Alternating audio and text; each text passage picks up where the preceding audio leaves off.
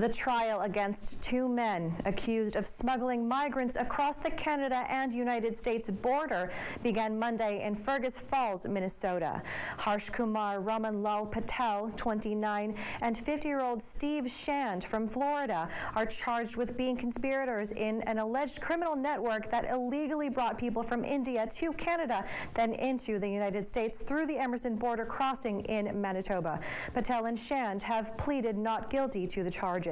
What sparked international interest in this case is the tragic death of a family of 4 from India who froze to death at the Emerson border crossing during a blizzard in January of 2022, when the wind chill hit -35 degrees Celsius. Jagdish Patel, unrelated to Harsh Kumar Patel, was found holding his 3-year-old son, Dharmik, in a blanket meters from the border. His wife, Vaishaliban, was found frozen near a fence. Their daughter, 11-year-old Vihangi, was also with the family. Patel and Shand are accused of being involved in a smuggling ring that led the family to their death.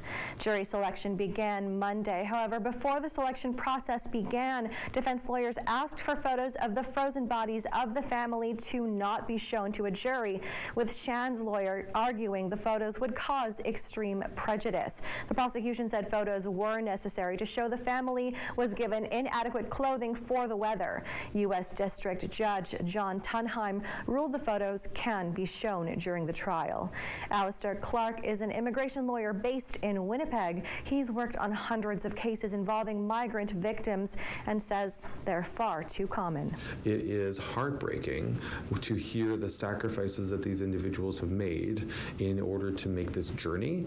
And then when you hear about sometimes the tragic ends or the tragic consequences as part of that journey, it even highlights even more the difficulties that these individuals had in their home countries when they're trying to find a better life. Clark describes Canada and the United States as destination countries, sought after prizes from people coming from source countries such as India, China, and Nigeria. For many families, the risk of capture by border agents, hazardous conditions such as the blizzard which killed the family of 4 from India, and all the other risks that come with migrant journeys might be worth it if it means they can make it to a place like North America. These are the most vulnerable individuals around the world, and they have already sacrificed so much to get to this point.